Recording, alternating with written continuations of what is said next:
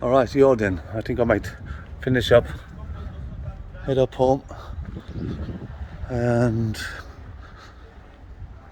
do a few bits and pieces. And hopefully all goes well. That in some way that I do get to elaborate all this craziness that's been in my head and hopefully become a bit more transparent. I don't know why I'm kind of whispering. It's not that much of a secret. But we'll see how it goes. The whole thing, I guess, about everything is that it needs to be about something. Or else why the fuck would you do it? True. That's Gene Wilder in the picture, isn't it? Can't see him there. But anyhow, yeah. My intentions is, I suppose, to break down many of these labels, these misconceptions and so on and so forth. But even go much deeper than that. What's outside labels? What's outside our language?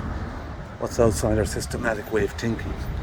Of course you'll think that all these other people would have ventured there, known there, been there, seen there.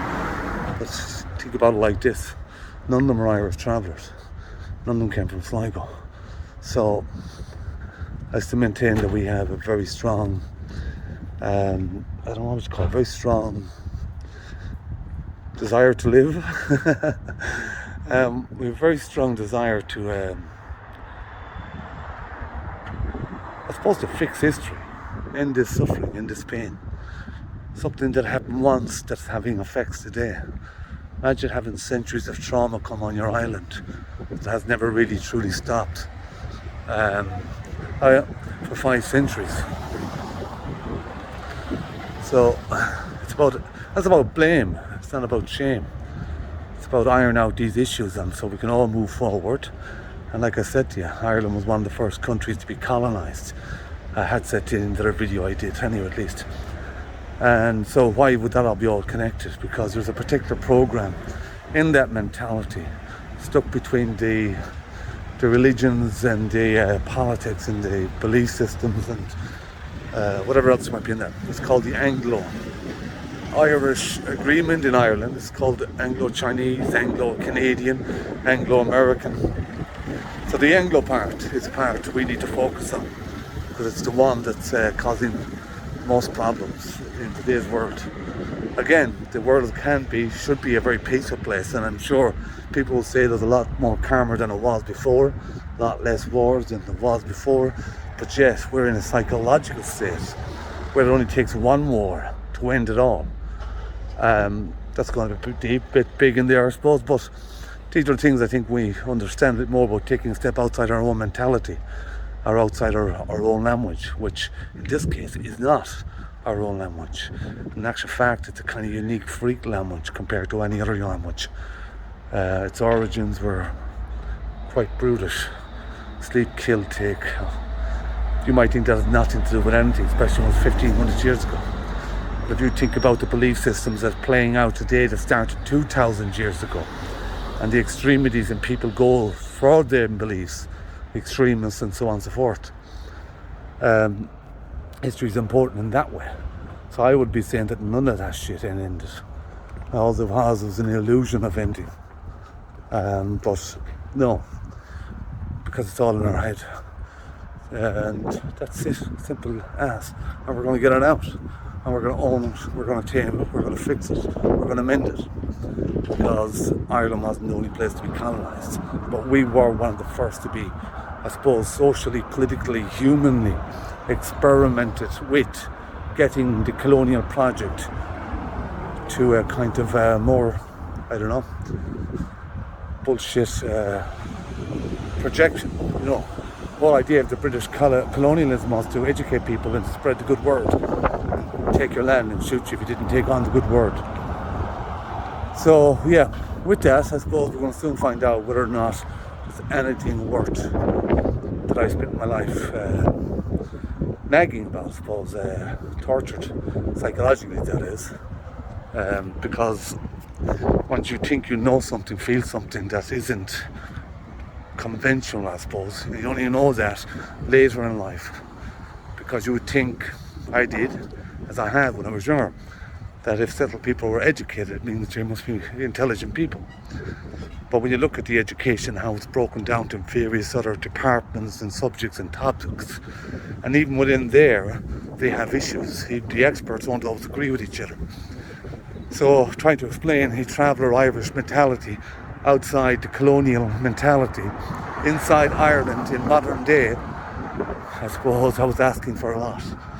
Particularly and especially if people start to see this, understand this a little bit more, they might find that, they might find it quite liberating in many ways. Because for one, Ireland is at the present moment living a lie, a colonial lie. It projects itself to the rest of the world as being the Irish. They robbed all our Gaelic names, our Irish names, our languages, everything. And again, you might say, well, there's people up there with the same DNA, same ancestry and one thing or another and have links to the island, and the English are not here anymore. It goes back to the whole idea of colonisation. And the whole idea of colonisation, particularly in the English context, in Ireland especially, was to brainwash people, was literally to make it impossible to think as a native, to address them in the English mannerisms and laws and acts. And they did it in a way that not everybody got the English education. There was variations, the elites, the middle rank, and the public schools are more or less just obey the rules. Whatever. If you make it, you make it. You don't, you don't. Of course, everybody has it in their head then that they worked their way up the ladder. They took on this course and got a degree or a PhD or they're even a professor. Oh, God. But when you break it down, on which we will, you will see that none of that really matters. Because despite all of the education, all the intelligence, and all the educated people they have, and they have it by the abundance all around the world, it kind of keeps bringing it back to that situation that something isn't quite right with the world. And if we don't address the colonial past, the imperial mentality, the institutions and the systems, it just can't end well. Because people are falling into identity crisis and they're now more prone in a fragile state of mind to believe just about everything and anything. So with that, I think it's a case of all of us trying to create this platform, this way of stepping outside of all of the labels, all of the mentalities. People might think that's a bit simplistic, and in the real world it doesn't work like that. But we can keep going into this and over this, and I don't mind doing this, is that what is real about your world? You know, most settled people that I see are worked into slave groups, obedient groups, categorized, divisioned, and controlled by a very small few who originally did not come from this system, this mentality. They came with the one they had, a colonial one. That's why Ireland has been so widely exploited even to this day. And it's why nobody knows who Irish travellers are, because they have been blanked through their anglicised education. So they do not see us. In actual fact, they fucking hate us. I'm getting out of breath. Anyhow, when I say fucking hate us, you look at, it's obvious. All the statistics, there are children living in dumps.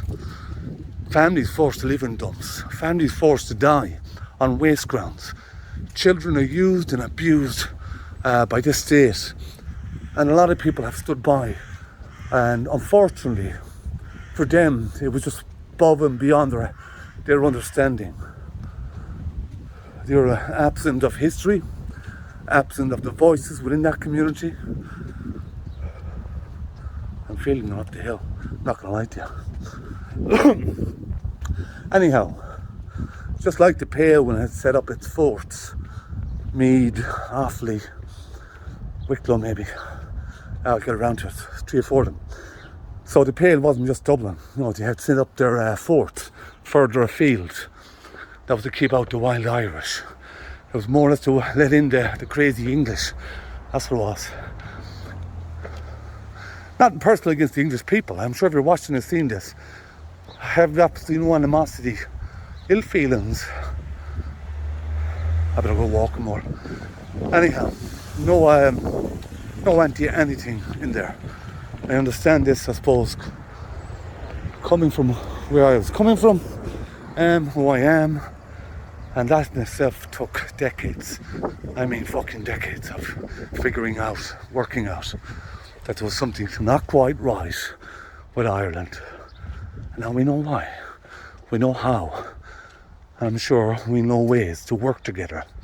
Like I said, no anti-English, no anti-Protestants, no stupid fucking racism. Oh, when you find out about all of that, racism, how it works, why it might have been created, you'll be kicking yourself, especially if you're these Irish people who are telling the rest of the world, we are the Irish. Just as English and colonial as fuck was the racism, but it's embedded. People get frustrated because maybe they don't speak the Irish language, and people get frustrated because they do speak the Irish language, but it still doesn't matter, because language is only part of the program. It's only part of your mentality. The most fundamental part of all of this is transparency over history. No blame, no shame. I mean, we got fucked over by English, so-called Irish, Protestants, Catholics, so on and so forth.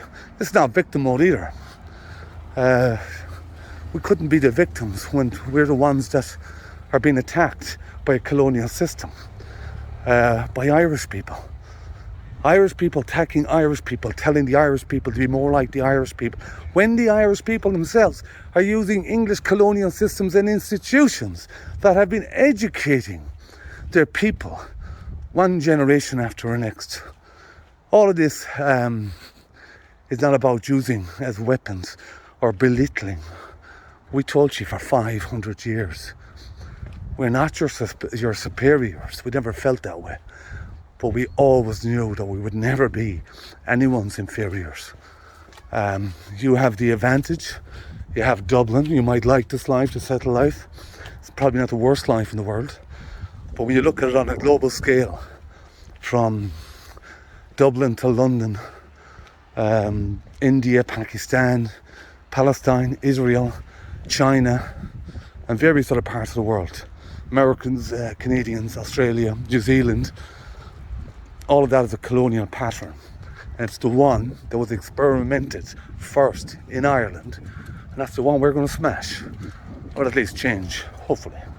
With that, have a good day, take care, and we'll talk again sometime soon.